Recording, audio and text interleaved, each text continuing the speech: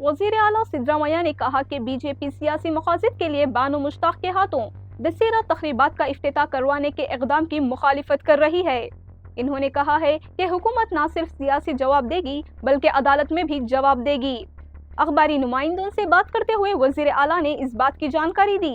इस सवाल पर कि साबिक़ रुकने पार्लिमान पर प्रताप सिम्हा ने बानो मुश्ताक के मामले को लेकर अदालत गए हैं। इससे कबल जब कन्नड़ा के शायर निसार अहमद दशहरा का इफ्तिताह करने आए थे तो सिम्हा अदालत क्यों नहीं गए? जब हैदर अली टीपू सुल्तान और मिर्जा इस्माइल ने मार्च किया तो इस वक्त मुखालिफत क्यों नहीं की? इन्होंने ये भी कहा कि हुकूमत अदालत में इसका जवाब देगी। इन्होंने बताया कि इस बात का कोई सबूत नहीं है कि बानो मुश्ताक ने कन्नड़ा के मुताल्लिक़ बुरा कहा था। बानो मुश्ताक ने कन्नड़ में अपने काम के तर्जुमे के लिए बुकर अवार्ड हासिल किया है, जो रियासत के लिए फख्र की बात है। इसीलिए हुकूमत ने इस काम का तर्जुमा करने वाली दीपा भास्ती को भी एजाज से नवाजा है।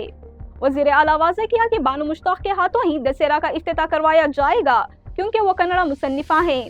प्रताप सिम्हा के अदालत जाने पर जवाब देते हुए वज़ीर आला ने कहा कि इसने सियासी मफाद के लिए इस तरह का हुर्बा इस्तेमाल किया है। हुकूमत इस मामले पर अदालत में इसके खिलाफ लड़ने तैयार है।